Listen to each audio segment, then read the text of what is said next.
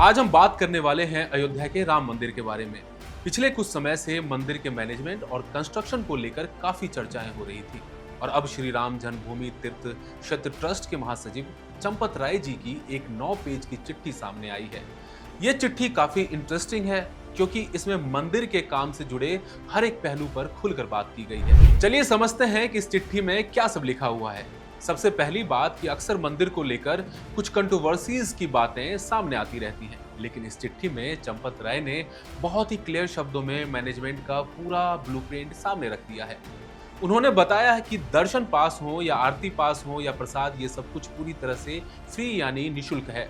मंदिर में जो अर्चक हैं उनका काम सिर्फ पूजा पाठ और वेदों का मंत्रोच्चारण तक सीमित है। श्रद्धालुओं के किसी भी तरह के दक्षिणा या पूजा कराने का कोई सिस्टम नहीं है। अब आते हैं सबसे इम्पोर्टेंट पॉइंट पर, पैसा कहां से आता है और कहां को जाता है। चंपत राय के मुताबिक ट्रस्ट के पास कोई चेकबुक नहीं है। जो भी पेमेंट होता है वो ऑनलाइन RTGS के जरिए होता है। साथ ही उन्होंने बताया कि हर साल इंटरनल और दूसरी तरह के ऑडिट अलग अलग फर्म्स के द्वारा कराए जाते हैं। GST, TDS, लेबर सेस से लेकर PF और ESI तक सारे सरकारी टैक्स टाइम पर जमा किए जाते हैं। ये पूरी तरह से एक प्रोफेशनल तरीके से चलाया जा रहा मैनेजमेंट है।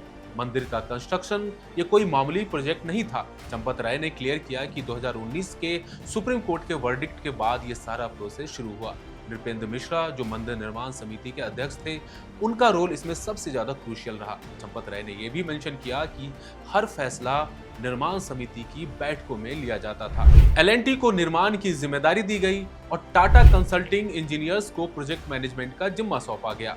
आर्किटेक्ट के तौर पर चंद्रकांत सोमपुरा का नाम पहले से ही तय था, जिन्हें 1986 में अशोक सिंघल ने चुना हुआ था। श्रद्धालुओं की सहूलियत के लिए भी मंदिर में काफी इंतजाम है। भीड़ के दिनों में भी सामान्य दर्शन में लगभग 2 घंटे का समय लगता है और सबसे जरूरी बात यह है कि बुजुर्गों, दिव्यांगों और गर्भवती महिलाओं के लिए सुगम दर्शन पास और व्हीलचेयर की सुविधा मौजूद है। मंदिर के हर एग्जिट पॉइंट पर मुफ्त प्रसाद मिलता है। दोस्तों, ये चिट्ठी सिर्फ एक रिपोर्ट नहीं है, बल्कि ये ट्रस्ट की तरफ से उस पूरी प्रोसेस को बताया भी गया है। चंपत राय ने नृपेंद्र मिश्रा की मेहनत का काफी क्रेडिट दिया है और अनूप मित्तल के रोल को भी सराहा है।